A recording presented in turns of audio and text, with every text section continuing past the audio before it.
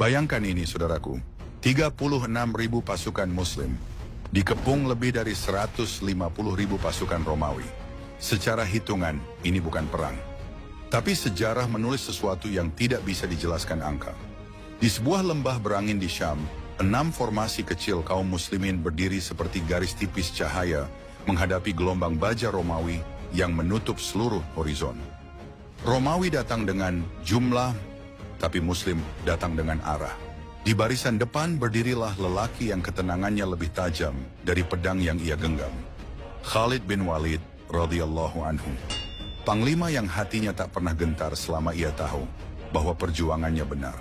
Dia tidak memimpin dengan teriakan, dia memimpin dengan kejernihan. Dengan strategi yang bergerak secepat angin di lembah Yarmouk. Hari pertama Romawi menekan sayap kiri.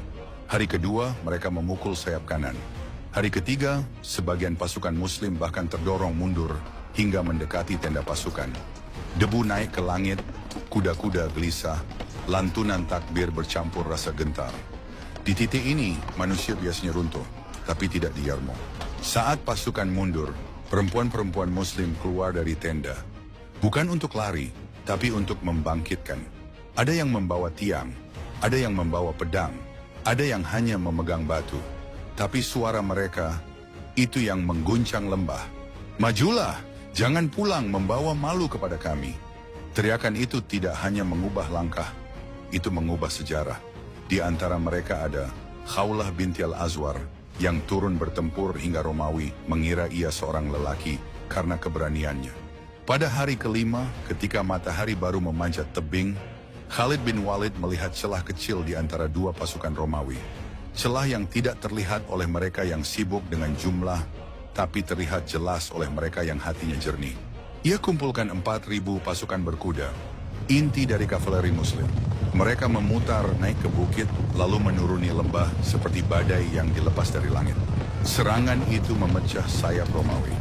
Formasi mereka runtuh, dan ketika satu sayap runtuh, raksasa itu tumbang dengan sendirinya. Saat matahari terbenam, Romawi tidak lagi memegang Syam.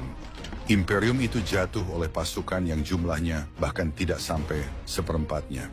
Dan hari ini, saudaraku, ketika umat merasa kecil, ketika suara kita digencet narasi media, ketika kebenaran diserang oleh dunia yang lebih besar dan lebih bising, Yarmouk berbisik kepada kita, kemenangan bukan milik yang banyak, tapi milik yang teguh, yang bersatu, dan yang tahu apa yang mereka bela. Karena di Yarmouk, yang menang bukan pedang, yang menang adalah hati yang tidak berkhianat.